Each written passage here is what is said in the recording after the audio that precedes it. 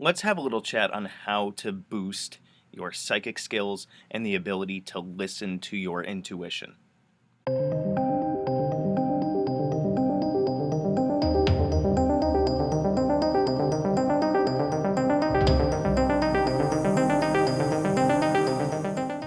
So this is going to be a little bit of a basic video on how we are going to build psychic skills. Now, from the psychomagical perspective, which is where I come from, different psychic skills are a result of our own senses, those being ones that are not exactly confirmed by science, and they are senses other than your basic five, or the sense of balance, or proprioception, or a sense of heat, things like that.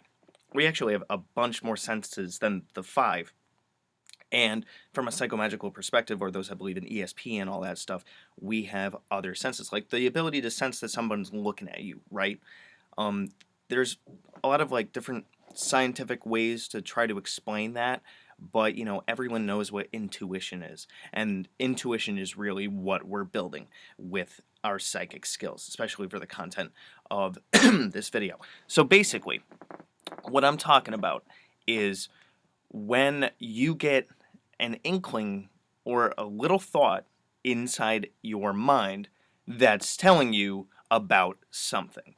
Now, what we have to do is understand that that's intuition. We have to honor that as something that could potentially be accurate. It could be true. I bet anyone that's watching this right now has examples or ideas of when you heard something in your mind, or you had a thought of how something is going to play out, and then it did, and you're like, I called it, or I thought it was going to happen, or I had this sense that it was going to go this way.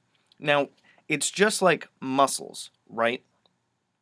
Your brain itself is an organ, just like any of the other organs, and when we work on any skill that we have, that skill gets stronger. Whether it's walking, running, lifting weights, any even know-how. When you work with a computer, or you learn how to do a particular trade or a different skill, the more you work at it, the better it gets. And that's the perspective that we're taking when it comes to building our psychic skills through building intuition. So, start making predictions about different things in your everyday life.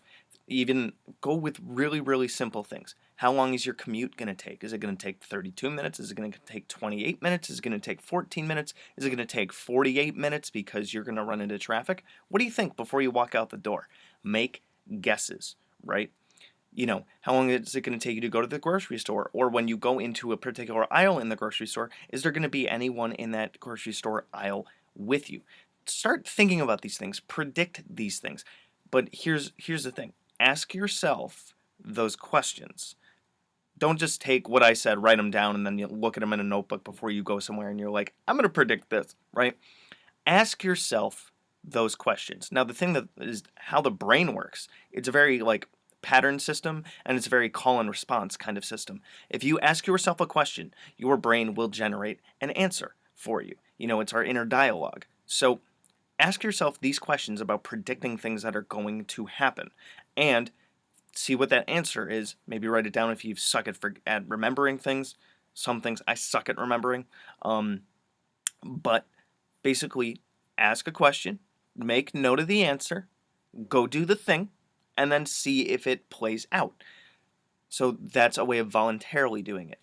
The other thing is, when you are in any situation and you get an idea of, maybe I should do this instead, maybe I should go over here, maybe this is a better choice to make, focus on those little choices, those little ideas that you get. Follow that intuition, follow those choices. Now, disclaimer, don't follow anything that might get you in danger or in trouble. I think that goes without saying, but some people want to go for the Darwin Award of the Year, if you know what I mean. But that's not the goal here. The goal here is when we get an idea and about something that's going to happen, we follow it, especially if it's a choice or a prediction that we might have in our minds. We follow it. See if it plays out. See if it's true. Because I started doing this kind of thing even back when I was 21, and I started to get, I was in my head very much, because I was pretty much a loner at that point. I spent 6 months just by myself, really. not exactly socializing with anyone, but I would get these random ideas and I would follow them. And when I heard a voice, that little voice in my head that said, if you go here, da da da, it's going to happen. And I didn't change course. Sure enough, it happened.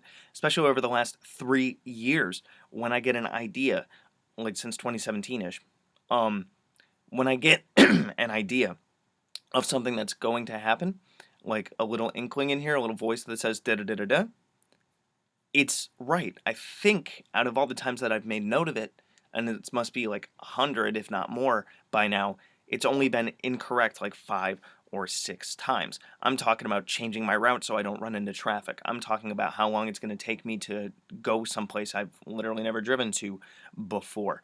Even though a GPS might say this many minutes, I challenge it and I get an idea of how long it's going to take regardless if I'm going to run into traffic or any of that other stuff. And turns out I'm right.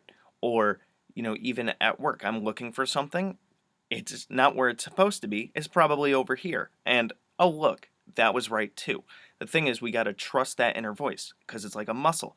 The more that we work with that muscle and the more that we build that trust of that inner voice, the more the subtle things that we pick up on through this extrasensory stuff that's not exactly one of the 5 senses or the other senses, the more that we trust it, the more that we are going to learn to listen to it, and the more accurate our findings might be.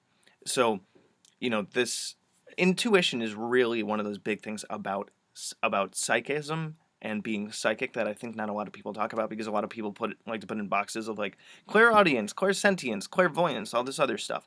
But from where we are in our everyday lives, one of the biggest things that we can do is get a sense of our surroundings and how things are going to play out. And I know I've already said this, but I just want to go over the point again. One of the biggest examples of that is like knowing that you're being watched. If it's behind you, there's no scientifically based way, and by that I mean there's no way based on the scientific method which relies on the 5 senses that gives you that idea of being able to know that you are being watched, and yet somehow you get that feeling. You get those vibes. And when we get those feelings and those vibes and those little inklings of do this, go here, say this, do that, we follow those things, and then when they turn out to be true, then we are building that muscle. If it doesn't turn out to be true, then, think about it and analyze why. Analyze what else happened. Sometimes you might get a prediction about something and then someone else comes into the picture that throws the energy off. If it's just an interaction between you and another person, there might be a third person that comes in there, and because everything's an exchange of energy, because we are all really energy, because we are all at the bottom line moving strings of energy according to quantum physics, one's energy can throw off the energy of 2 other interacting bodies. So yeah, we just threw a bunch of psychology in here and a bunch of science in here to work on and explain building intuition and building psychic skills. So let me know what you guys think about this. You can connect with me on my Facebook group and any of my other social media and stuff. You can find those links down below and at the end of this video. You can book me for a magic session, a magic tutoring session, or you can book me to work magic for you. So connect with me over my email if you're interested in any of that stuff. And if you also want to check out my books and learn more about how I think about magic, you can check out my books through Amazon. The link is down there. Good hunting. Thanks for watching my video. So if you want to check out my playlists, I have, among others, the Simon Necronomicon, the Tree of Life, General Magic, Tulpamancy, a playlist on my books, the elements, stones, the theories that govern magic, and the gods and goddesses of Mesopotamia. If you want to check out my books on Amazon, I have Creating Consciousness, Magical Mechanics, Magical Theater, Handy Sigil Magic, Magical Movement, which is an update and expansion upon Handy Sigil Magic, Magical Mastery, which is a combination masterwork of Magical Theater and Magical Mechanics, and The Guide to the Spheres and Beyond. You can also find me on Facebook at Magickology YT. You can email me at priestofthenecro@gmail.com, and you can even check out my Instagram, which is Magickology. And good hunting!